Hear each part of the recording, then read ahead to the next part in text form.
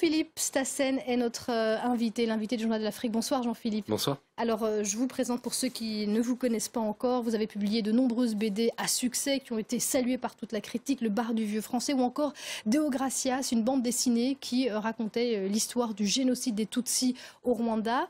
Vous publiez chez Futuropolis votre nouvel ouvrage I Come Jesus et autres reportages africains.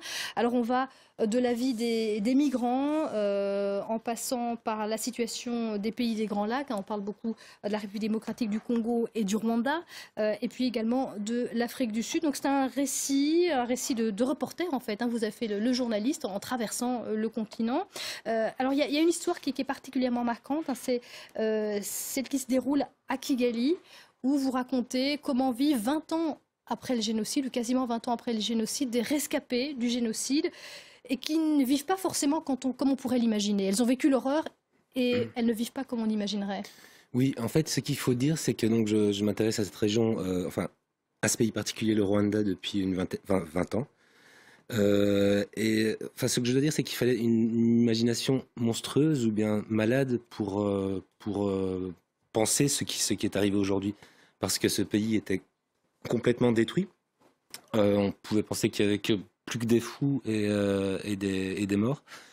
Et en même temps, on savait qu'en attendant une génération, il y avait des choses qui pouvaient faire penser qu'on pouvait regarder un petit peu l'avenir de façon plus sereine. Donc, par exemple, il y a cette histoire des enfants des FDLR, donc des anciens Interahamwe, qui étaient au Congo et qui sont nés au Congo, donc qui par définition n'ont pas pu commettre le génocide, qui rentrent.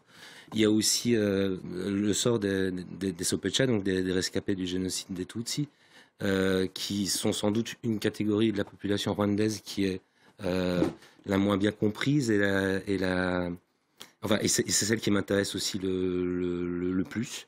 Donc en fait, je parle de cela et de ceci. Oui, effectivement. Et d'ailleurs, à travers tous ces récits, qui sont une compilation de récits qui sont parus au préalable dans la revue 21, vous passez du Congo au Rwanda, en passant également par la Belgique, l'ancienne puissance coloniale. Qu'est-ce que finalement ça apporte, selon vous, de mettre tous ces récits les uns après les autres? Ça nous raconte une autre histoire. Oui, en fait, donc c'est un recueil de 5 reportages distincts qui ont été publiés dans la revue 21, dans la revue dessinée. Le cœur du recueil, c'est la région des Grands Lacs et en particulier le Rwanda. Mais quand on s'intéresse à l'histoire du Rwanda, on est bien obligé de s'intéresser à l'histoire des pays voisins, donc notamment le Congo et particulièrement l'est du Congo, le Burundi aussi.